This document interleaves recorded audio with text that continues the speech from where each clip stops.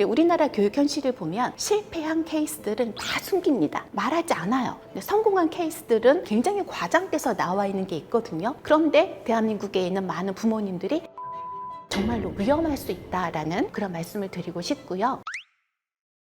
안녕하세요, 구독자 여러분. 조이스박입니다. 30년이 넘게 영어 교육가로 활동을 해왔고 여러 가지 영어 학습 교재와 에세이 등등을 집필해 왔습니다. 많은 어머니들이 자신의 성취나 성공 대신에 자녀의 성공이나 성취를 통해서 대리 만족을 얻으려고 하는 그런 경향이 다른 나라보다 굉장히 높다고 볼 수 있는 점, 마치 자기 자신의 삶인 것처럼 안 좋은 경우에는 굉장히 집착을 하는 거고, 자녀가 온전히 심리적으로 독립한 성인으로 자라는 데에도 굉장히 큰 걸림돌이 될 수가 있거든요. 사실 가족 간의 유대가 돈독한 게 서구 가족과 비교를 했을 때 장점이기도 한데, 그런 집단주의적인 문화, 영어로는 사실 이걸 뭐라고 얘기를 하냐면 lose face 한다 그러죠. 체면을 잃어버리는 거를 굉장히 신경을 쓰는 문화다, 이렇게 이해를 하더라고요. 그래서 남의 눈에 어떻게 보일까를 많이 신경을 쓰는데, 특히 한국인들은 주하고 의, 옷하고 주택, 학교, 이 세 가지에 굉장히 신경을 쓰는 그런 경향을 보이죠. 한국 부모들이 자녀 교육에 실패하는 세 가지 이유 중에 첫 번째가 남의 엄마표 영어를 무작정 따라하는 경우. 이런 거는 한국에 굉장히 흔한 것 같아요. 엄마표 영어라고 하는 건 100% 맞거나 100% 틀릴 수 있습니다. 엄마표 영어는 내 아이 한 명을 성공시킨 엄마들이 그 성공 케이스를 가지고 나와서 책으로 쓴 거잖아요. 근데 우리나라 교육 현실을 보면 실패한 케이스들은 다 숨깁니다. 말하지 않아요. 근데 성공한 케이스들은 굉장히 과장돼서 나와 있는 게 있거든요. 그리고 성공한 케이스들을 보더라도 형제가 여럿인 경우 그 아이만 자라는 경우가 훨씬 더 많아요. 그러면 같은 집에서 환경에서 자란 아이라도 두 아이 모두에게는 또 안 맞는 학습법이라는 거잖아요. 더 중요한 것은 뭐냐면 내 아이가 가지고 있는 학습자 유형이라고 하는 게 존재합니다. 그럼 이 학습자 유형에 맞는 그런 영어 교육법을 사용하는 게 가장 좋은 방법이고, 또 한 가지, 엄마표 영어는요, 한 명의 케이스에 대한 거지만 사실 영어 교육은 우리는 과학이라고 생각을 하거든요. 그럼 과학이라고 할 때에는 가설을 세우고 실험을 하고 결론이 나오면 이걸 가지고 재현 실험을 해서 최소 수천 건 이상의 실험들이 이 실험 결과가 맞다라고 얘기를 할 때 그게 하나의 커다란 컨센서스를 이루어서 그래 이게 맞지가 되는 거예요. 그럼 영어 교육에서 무엇이 어떻다라고 얘기하는 건 최소 수천 건의 케이스를 가지고 얘기를 하는 거거든요. 그런데 대한민국에 있는 많은 부모님들이 그 한 명의 케이스만 의존을 하면서 그것만 따라가려고 할 때에는 정말로 위험할 수 있다라는 그런 말씀을 드리고 싶고요. 학습자 유형은 크게 세 가지가 있습니다. 시각형 학습자, 청각형 학습자, 신체활동형 학습자가 있어요. 어떤 인간이 전적으로 한 가지 학습자 유형만 가지고 있는 건 아닙니다. 세 가지 요소가 다 있는데 보다 지배적인 요소가 무엇인가의 문제예요. 어린 나이일수록 학습자 유형이 두드러져요. 성인들은 이게 크게 문제가 되지 않습니다. 왜냐하면 고등학교, 대학교까지 최소한 10몇 년의 교육 과정을 거치면서 많은 학습자들이 시각형 학습자 유형에 사실은 길들여져 있어요. 그래서 성인 학습자들은 오히려 가르치기가 편합니다. 그냥 지식만 딱 제시를 하면은 본인들이 알아서 받아갈 줄을 알아요. 그런데 어린아이일수록 뭐예요? 본인이 가지고 있는 주된 인지 채널들이 다르고 거기에 의존하는 정도가 다르잖아요. 그렇죠? 그래서 내 아이가 어떤 유형의 학습자인가를 잘 살펴서 거기에 맞는 학습법을 찾아서 제공을 해주는 것이 가장 중요합니다. 두 번째로는 영어 학습의 목적하고 크게 관련이 있습니다. 영어 학습을 시험을 잘 보고 좋은 대학을 가서 좋은 직장에 가는, 즉 성공의 사다리를 어떻게 하면 잘 올라가는가, 이것으로 두고 영어를 공부시키기 시작하면 정말로 괴로워집니다. 아이는요. 이거는 결과 중심의 삶을 계속해서 달려가는 거잖아요. 내가 계속해서 뭔가 결과물을 보여줘야 하는 영어 학습인 거잖아요. 그러나 사실 인간이 어떤 것을 학습을 할 때 가장 효율적인 방법은 즐거워서 하는 게 가장 효율적인 방법이기도 하거든요. 결과물보다 과정이 즐거워야 하는 거예요. 그럴 때 가장 효율적이 되는데, 그래서 제가 목적이 달라야 한다라고 말씀을 드리는 겁니다. 제가 10몇 년 전에 두 가지 언어에 능통한 아이로 키우기라고 하는 책을 번역을 한 적이 있어요. 이 책 책이 누가 썼냐면 앨리슨 마키라고 하는 세계적인 바이링구얼리즘의 대표적인 석학이에요. 근데 이 책을 한국에서 번역해서 냈는데 잘 안 팔렸어요. 왜냐하면 이 책에서 말하는 영어 교육, 외국어 교육의 목표가 한국 부모님들에게 전혀 어필하지 않았던 거예요. 이 책에서는 딱 말하는 게 이거예요.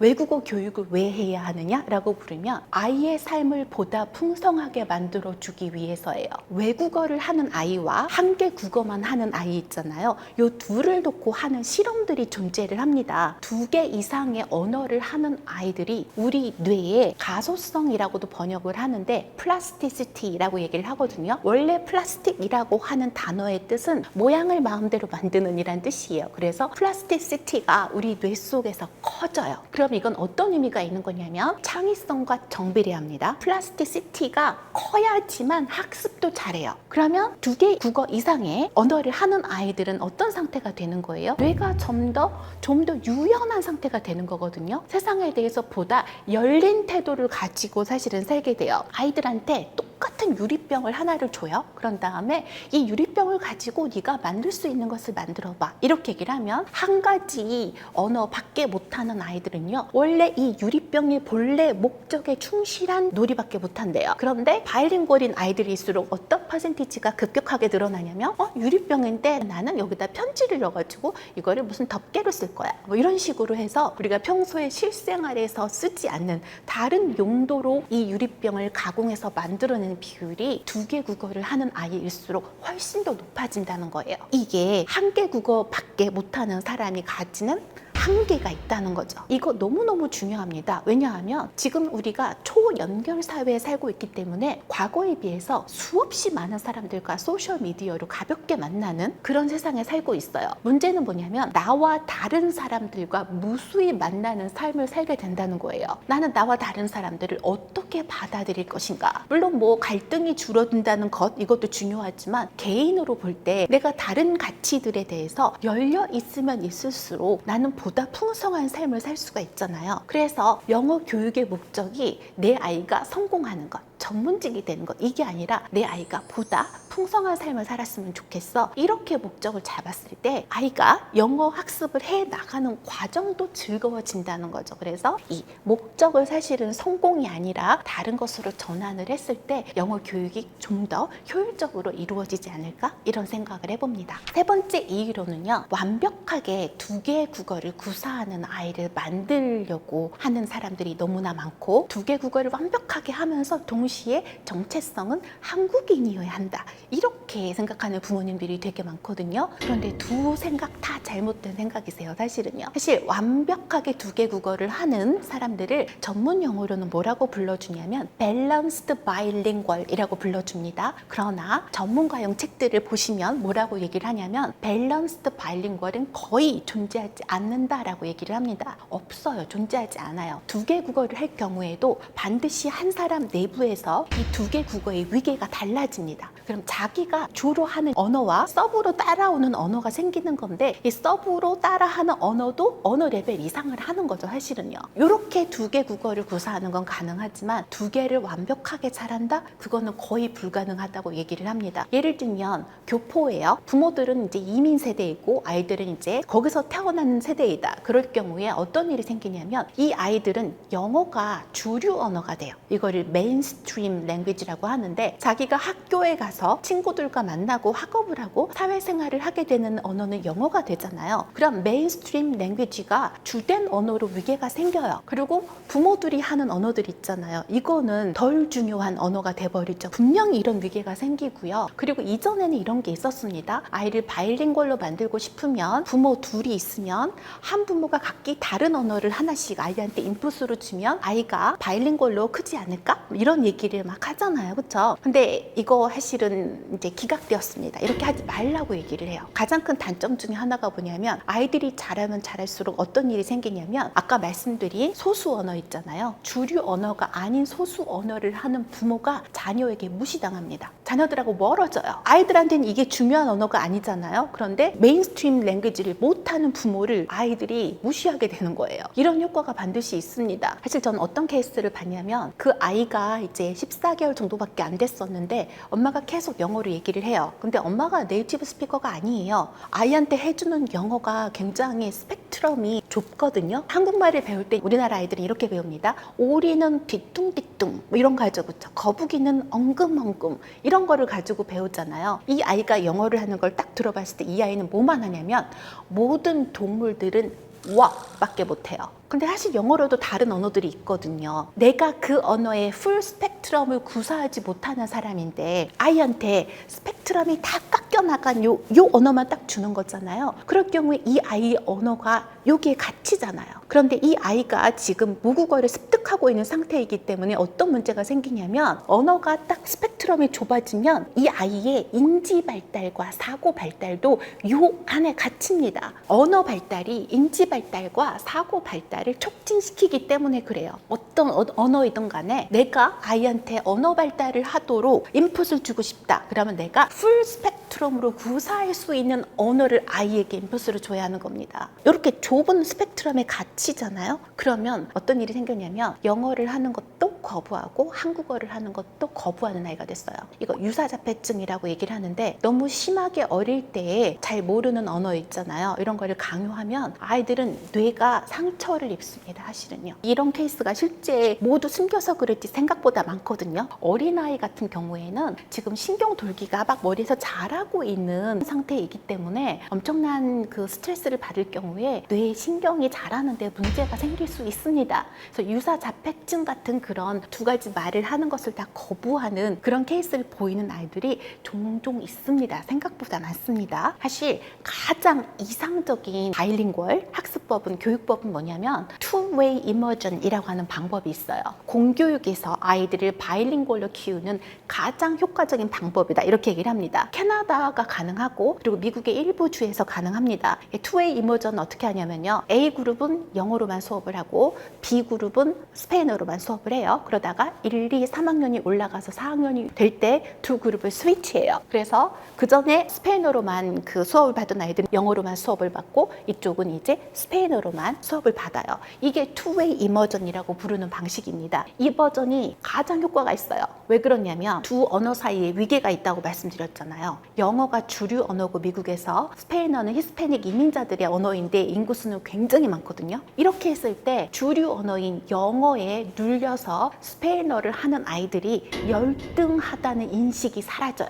영어를 하는 아이들이 스페인어를 할 때 우리보다 못하는 아이들이 하는 언어인걸 이게 없어지는 거예요. 그리고 스페인어를 원래부터 하던 아이들 있죠. 이 아이들도 우리는 되도록이면 성공을 하려면 영어를 더 잘해야 하는데 이런 압박이 사라지는 거예요. 이런 상태에서 두 언어의 지위를 동등하게 보장을 해주고 나중에 스위치를 해줬을 때 이 두 그룹의 아이들이 영어하고 스페인어를 둘 다 골고루 잘 사용하는 아이들로 컸다는 거예요. 캐나다에서 이게 왜 가능한지도 아시겠죠?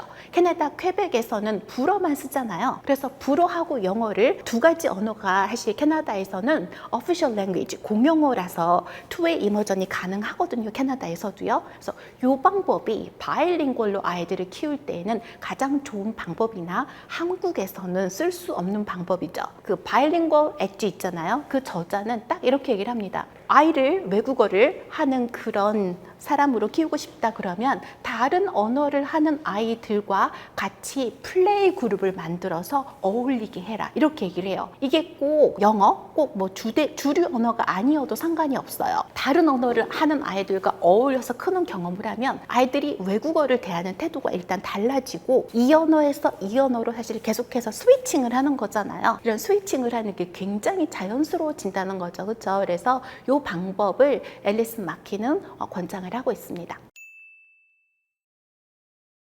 영어는 어디까지나 이 환경에서는 외국어로 얻는 거거든요. 그래서 한국어를 풀 스펙트럼으로 구사해보는 경험을 하고 한국어로 읽고 쓰는 게 어느 정도 되었을 때 영어를 얻는 게 가장 좋긴 하거든요. 그런데 또 한 가지, 한국에서는 어떤 현상이 벌어지냐면 문자를 너무 빠른 시기에 아이들에게 가르치는 그런 현상이 있습니다. 근데 절대로 문자는 이게 한국어든 영어든 상관이 없습니다. 문자는 절대로 빨리 가르치시면 안 됩니다. 연구 결과에 따르면 문자를 가르쳐도 되는 가장 어린 나이가 만 3세 반이에요. 평균 나이가 아니에요. 그래도 괜찮은 가장 어린 나이예요. 아이들이 문자를 배우기 이전에 완성돼야 하는 6가지 기능이 있습니다. 일단 프린트 컨셉이라고 하는 게 있어야 합니다. 프린트 컨셉은 뭐냐면 책을 아이한테 줘봐요. 그럼 아이가 앞이 어딘지 돌려잡아요. 그리고 이 책을 넘길 때도 이렇게 넘기잖아요. 그리고 눈이 움직이는 방향도 왼쪽에서 오른쪽으로 이렇게 가잖아요. 이거 철저히 모방 행동입니다.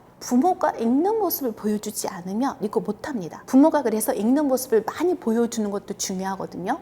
애들은 처음에는요, 책을 가지고 노는 거예요. 그래서 보드북 같은 거 왜 놀라고 주잖아요. 잘 안 찢어지는 거. 그럼 아이들이 책을 가지고 뭐라는 거냐면 여기가 앞이구나, 여기가 뒤구나, 그리고 책장은 이렇게 넘기는구나. 이게 왜 문화적으로 학습되는 행동이라고 얘기를 하냐면요, 아랍어는 이쪽에서 이쪽으로 읽잖아요.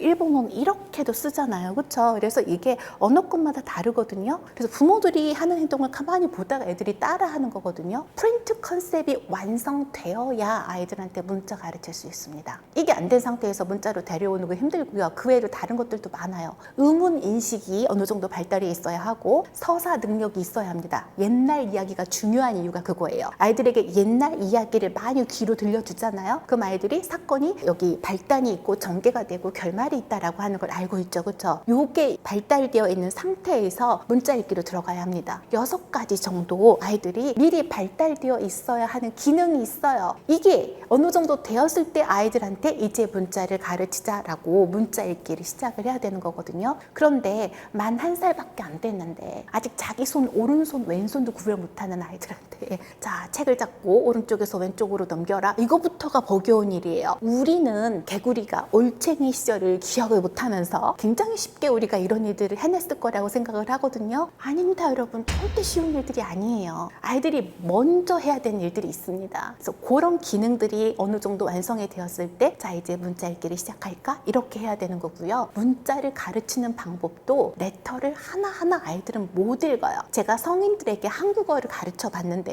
한국어 알파벳을 익힌 다음에 문자 읽으라고 하잖아요. 어른들도 인지적으로 엄청나게 부담이 되는 활동입니다. 이거는요. 그런데 애들한테 모든 것을 다 이렇게 구별하라고 하잖아요. 인지적으로 너무 힘들어서 영어를 포기하게 돼요, 사실은요. 그래서 이게 단계가 있어요. 처음에는 단어가 있으면요, 맨 첫 레터만 구별하게 해야 돼요. 이런 식으로 아이들에게 글자를 가르치는 단계들이 있단 말이에요. 성인들이 너무나 자연스럽게 쉽게 하는 것, 이런 것들이 아이들한테 쉽다고 생각을 하시면 안 됩니다. 그리고 또 하나, 유아 영어 전문가들을 꼭 찾으세요. 영어를 잘한다고 어린이 영어를 잘 가르치는 게 아닙니다. 절대 아닙니다, 여러분들. 우리 한국어 아무리 잘해도 한국어 가르치라고 그러면 가르칠 자신들이 있으신가요? 아니잖아요. 별개의 문제거든요. 저도 아이가 어렸을 때 동네에 있는 영어 유치원에 아이를 데리고 간 적이 있었어요. 교포 선생님 한 분이 이제 그 원어민 강사라고 와 계셨는데 아이한테 진단 테스트를 한다고 아이를 데리고 간 거예요. 그러고 나서는 얘를 데리고 가서 얘가 영어를 하나도 못한대요. 그럴 리가 없는데 제가 그래도 뭔가 막 얘기를 해준 게 있는데 아닌데요? 그러면서 제가 뭘 물어보셨어요? 이렇게 물어봤더니 그 선생님이 하는 말이 오늘이 무슨 요일이냐? 라고 물었더니 얘가 대답을 못했다는 거예요. 걔가 그때 아이가 1학년이었어요. 그래서 제가 그 선생님을 이렇게 보면서 얘는요, 한국말로도 오늘이 무슨 요일인지 몰라요. 이렇게 말씀을 드렸거든요.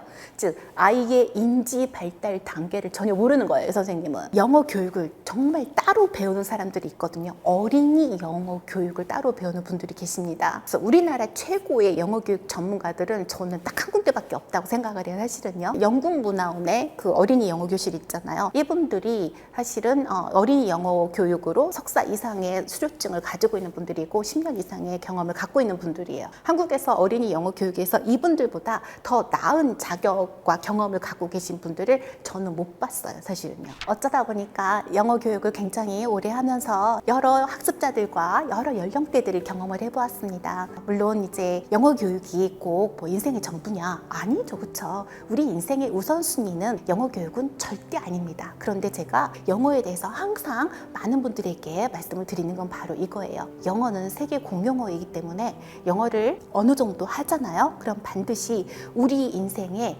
많은 문들을 열어줍니다. 그러나 반드시 행복으로 가는 문만 여시길 바랍니다.